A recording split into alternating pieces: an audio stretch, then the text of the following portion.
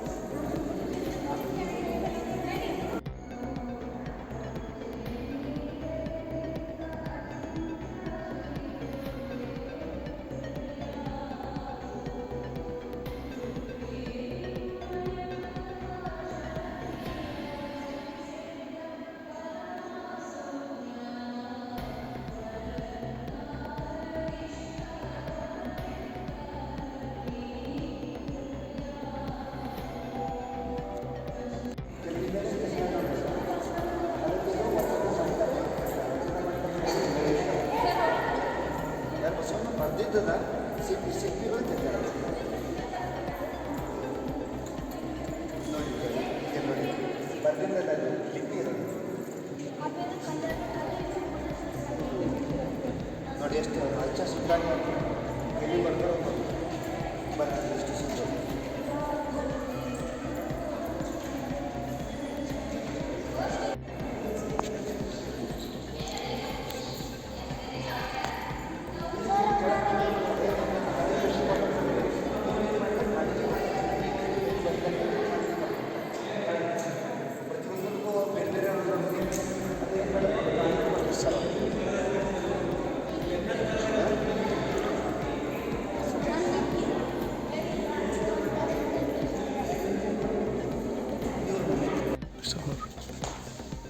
ಹಬ್ಬಗಳು ಸುಮಾರು